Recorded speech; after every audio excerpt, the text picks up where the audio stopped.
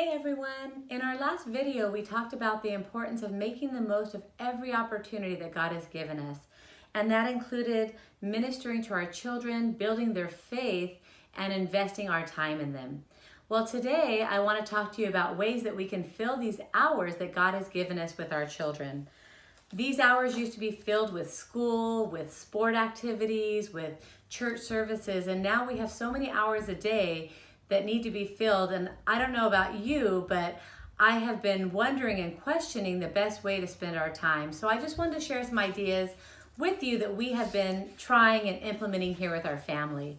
I know many studies have shown the importance of routines, not only in our lives as adults, but also with children. So the first thing I want to encourage you is to get your kids on a normal daily routine. It doesn't have to be the early wake up at 6:30. It might be at 9 a.m., but you do want to set them on a schedule where they're used to getting up at a certain time every day, even during the season, and continuing to have a bedtime every night so their schedule stays consistent. And every day in our family, we do have an agenda, and part of that agenda is spiritual and part of it is just practical. So I want to share some of those ideas with you today, and hopefully this will help you fill your hours as well.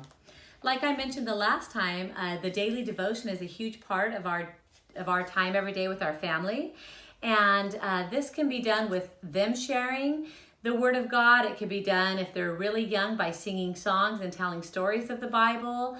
And there's so many different ways that we can get in the Word of God, especially when they're older, of being able to even get into some deep studies in the Word of God, bringing out commentary and teaching them how to study the Word of God.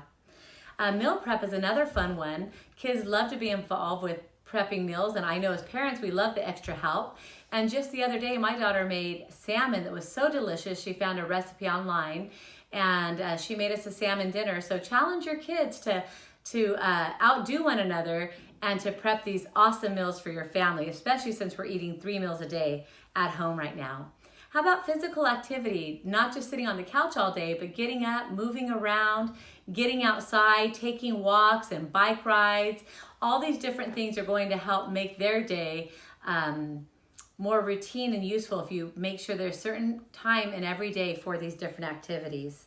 Chores has been part of our daily activity. I know that they might not be exciting for kids, but I know that we can make it fun. We've been cleaning out closets, donating toys, even painting some furniture that my kids wanted changed in their room. So this could be something fun if you present it in a way that it benefits them, because I know if they hear the word chores, they don't want to do it.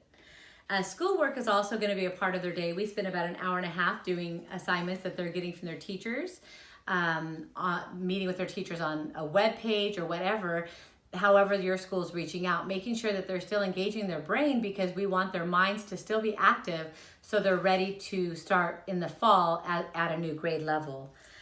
Doing good deeds, reaching out to those in need, those with maybe medical issues, sending a get well card, or thinking about a friend. We had a friend the other day that had a birthday, and so what we did is we painted these rocks for her and left them at her door.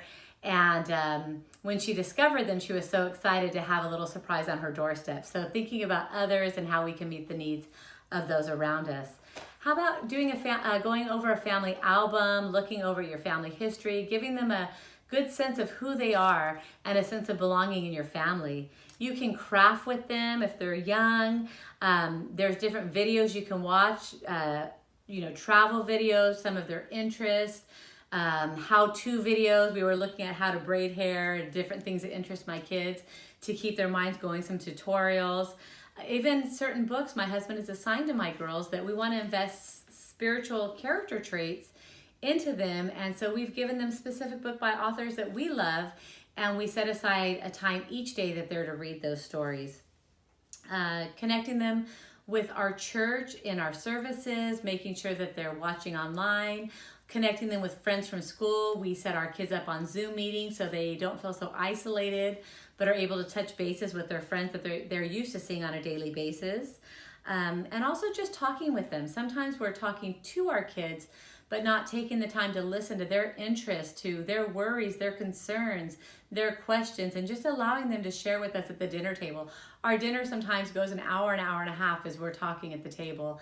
and we know how valuable that time is. And after dinner, our time is not so structured. We maybe watch a family movie or play a board game or some cards or just something, or even doing Just Dance on the Wii and getting silly with our kids.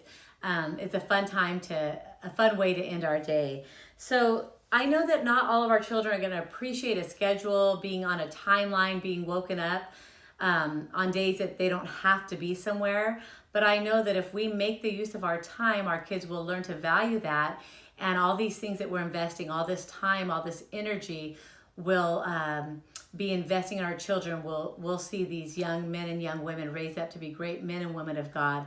And it's going to be partially because of the investment that we've made into their lives. So I pray that these little practical things have helped you and will help fill your day and make it a little more structured in your tomorrow. God bless you.